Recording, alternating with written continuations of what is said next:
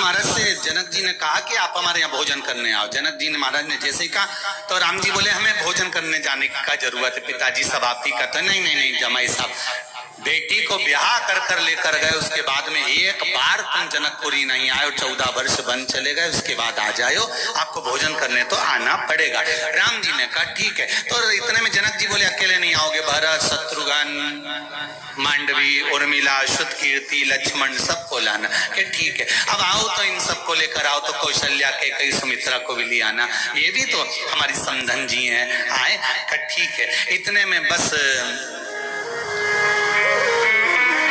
विभीषण भी थे, इनको भी ले आना, लंका के राजा। ठीक है।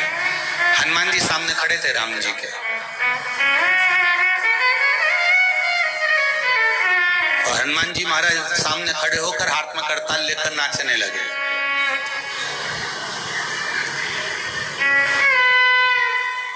जैसे ही नाचे, हनुमान जी की पूंछ जनक जी को टच हो गई, और जैसे ही जनक जी को टच हुई, जनक जी ने पलट के देखा कि आखिर कौन है जो मुझे बार बार टच कर रहा है। जो देखा तो हनुमान जी थे, तो उन्होंने तुरंत कहा राम जी हनुमान को भी ले आना। हनुमान जी इतने खुश, इतने खुश, इतने खुश। इतने में जितने बंदर खड़े थे सारे के सारे, उनने भी जो नाचना चालू करा। जनक जी ने कहा अब एक काम करना राम जी, इन सबको ले आना। राम जी आधी रात को टेंशन में पड़ गए। रात को हनुमान जी को बुलाया, हनुमान सुनो, हमारी ससुराल में हम पहली बार भोजन करने जा रहे हैं, थोड़ी मर्यादा रखना, अच्छे से भोजन करना, सारे बंदरों को समझा देना कि कोई उत्पात नहीं मचाए। हनुमान जी बोले आप चिंता मत करो प्रभु, जैसे तुम्हारी ससुराल वैसे हमारी ससुराल, तुम क्यों टेंशन ले रहे हो। हनुमान जी ने जाकर सारे बंदरों की मीटिंग ली अर्जेंट, और मीटिंग में बुलाकर कहा सुनो रे, सब सावधानी रखना, इधर उधर कोई उचकेगा नहीं, सावधानी से खाना, मेरे को देखते रहना, मैं जैसे खाऊं धीरे धीरे वैसे खाना, सब मुझे देखकर चलना।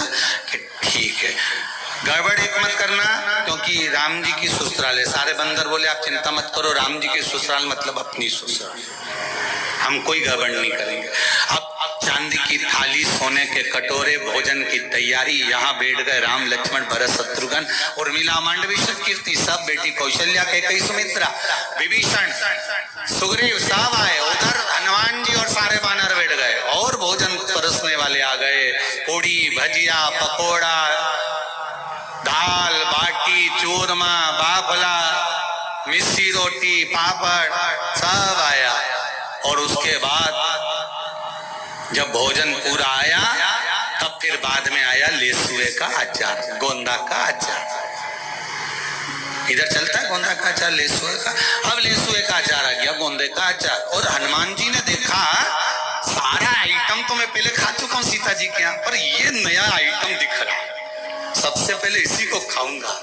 और हनुमान जी ने बस रोटी का टुकड़ा तोड़ा और उन्होंने गोंदे के अचार में लगाया।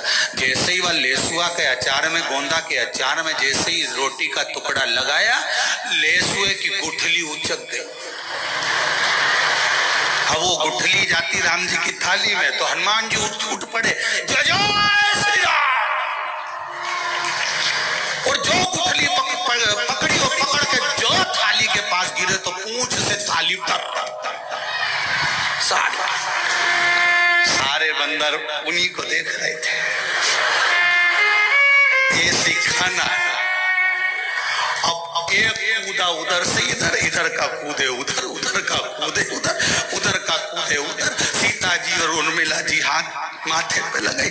राम जी बोले हम कल खा लेंगे, अब इनको खा लेने दो।